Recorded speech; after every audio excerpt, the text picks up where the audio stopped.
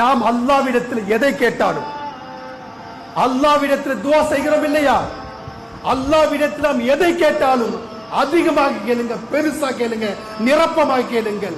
இறைவா எனக்கு கோடான கோடி காசுகளை தான், நான் ஆயிரக்கணக்கான மஸ்ஜிதுகளை என்னுடைய காசு பணத்தால் கட்ட வேண்டும், ஆயிரக்கணக்கான மதரசாக்களையும் மக்தப்களையும் நான் உருவாக்க வேண்டும், லட்சக்கணக்கான குழந்தைகளை நான் படிக்க வைக்க வேண்டும், லட்சக்கணக்கான ஏழைகள் வறியவர்கள் பேவாக்கள் இருக்கிறார்களே அவர்களுக்கு உதவி செய்ய வேண்டும் என்று அன்பானவர்களே இது போன்ற விசாலமாக துஆ கேளுங்க.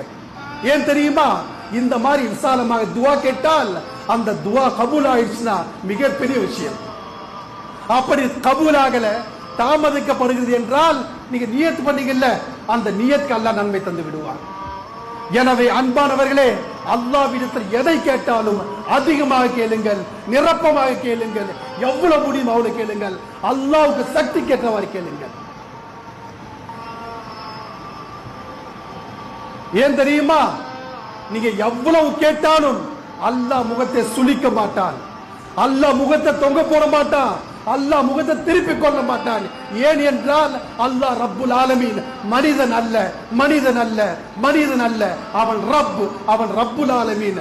எல்லா கஸானாவும் அவனிடத்தில் தான் இருக்கிறது. இதை மனதில் வைத்துக் கொண்டு அல்லாஹ்விடத்தில் பிரார்த்தனை செய்யுங்கள், அல்லாஹ்விடத்தில் கேளுங்கள் சகோதரர்களே.